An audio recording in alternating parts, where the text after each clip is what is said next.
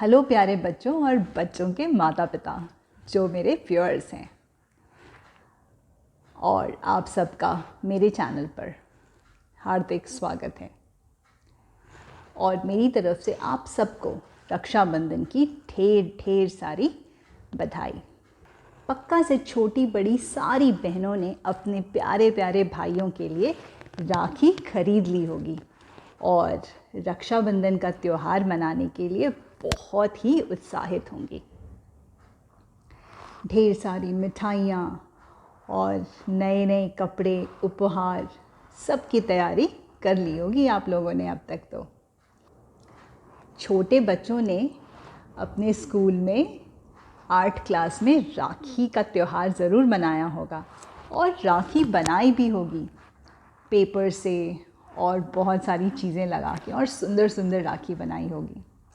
तो आप सब एक काम करो, आप फटाफट से उसकी फ़ोटोग्राफ खींचो और नीचे दिए हुए मेल आईडी पे मुझे तुरंत से फ़ोटोग्राफ भेजो। और जो बेस्ट 5 एंट्रीज़ होंगी उनको कहानियाँ टीम की तरफ से उपहार भेजे जाएंगे। तो बच्चों, आप सभी जानते हो रक्षाबंधन, राखी भाई और बहन के प्यार का प्रतीक है। इस दिन हर बहन अपने भाई की कलाई पे राखी बांधती है और हर भाई रक्षा का वचन देता है। इस दिन दोनों मिलके एक दूसरे को मिठाई खिलाते हैं और खूब प्यार भरे दिल से एक दूसरे के साथ त्यौहार मनाते हैं। पर क्या बच्चों पता है तुम्हें कि राखी का त्यौहार कैसे शुरू हुआ था?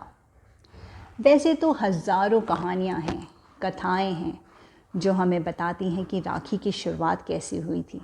उनमें से महाभारत से एक कहानी मैंने पिछली राखी में आप लोगों को सुनाई थी, और इस बार मैं संक्षेप में आपको 3-4 और कहानियाँ बताऊंगी कि राखी की शुरुआत कैसे हुई थी। पिछली बार की जो कहानी है उसका लिंक भी मैंने डिस्क्रिप्शन बॉक्स में दिया है, तो आप चाहें तो उसे भी जाके देख सकते हैं। दूसरी प्रचलित कथा ये है कि महाभारत के युद्ध के दौरान युधिष्ठिर ने भगवान श्री कृष्ण से जब ये पूछा कि वो सभी संकटों को कैसे पार करें, तब भगवान श्री कृष्ण ने उन्हें और उनके सेना को राखी का त्यौहार मनाने की सलाह दी। तो क्या होता है ना बच्चों कि भाई बहन, भाई भाई, इन सब का एक दूसरे के प्रति बहुत प्रेम होता है।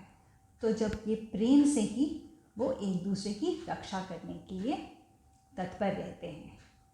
इसीलिए श्री कृष्ण जी ने युधिष्ठिर को अपने और अपने सेना को राखी का त्यौहार मनाने की सलाह दी थी, ताकि हर एक इंसान दूसरे इंसान को अपना भाई समझे और उनकी रक्षा करे और युद्ध जीत के आए। महाभारत तुम लोगों ने तो देख ही ली होगी, 1 बार, 2 बार, 3 बार, कितनी बार, ये भी मुझे लिख के ज़रूर भेजें। वैसे महाभारत देखने में मज़ा बहुत आता है।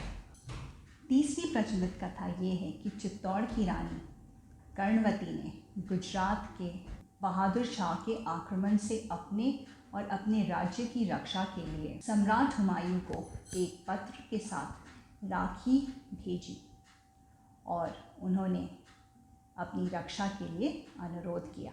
हुमायूं ने राखी स्वीकार की और तुरंत उनकी रक्षा के लिए चित्तौड़ निकल पड़े।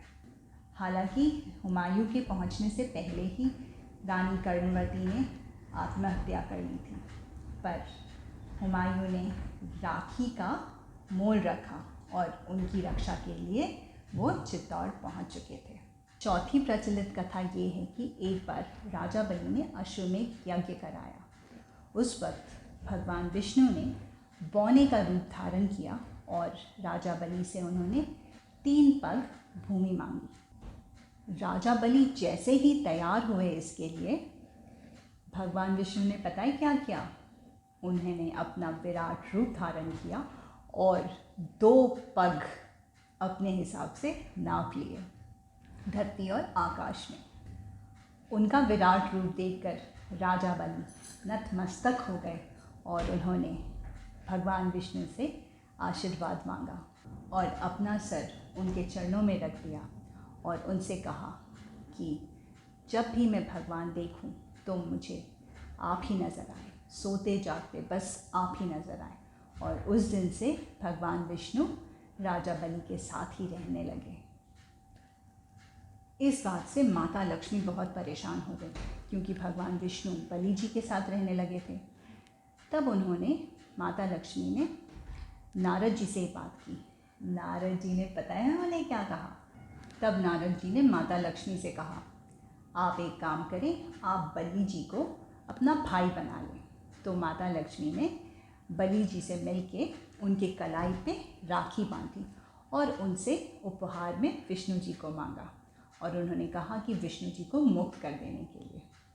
उस दिन से राजा बलि ने विष्णु जी को मुक्त किया और राखी का त्यौहार शुरू हुआ।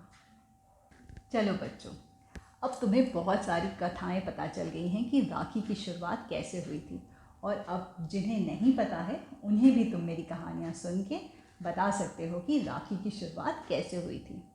और अब हम ज़्यादा इधर उधर नहीं जाते हैं, आप सब जाके राखी का त्यौहार मनाएं, ढेर सारी मिठाई खाएं, खूब मस्ती करें और अपने भाई और बहन के साथ प्रेम से रहें। 1 मिनट जाने से पहले मेरे चैनल को सब्सक्राइब करें और मुझे प्रॉमिस करें कि आप मेरे चैनल को लाइक और शेयर करेंगे अपने दोस्तों के साथ, ताकि और भी बहुत लोगों को अलग अलग कथाएं पता चलें। मेरी तरफ से आप सबको फिर से एक बार रक्षाबंधन, राखी का त्यौहार बहुत बहुत मुबारक हो।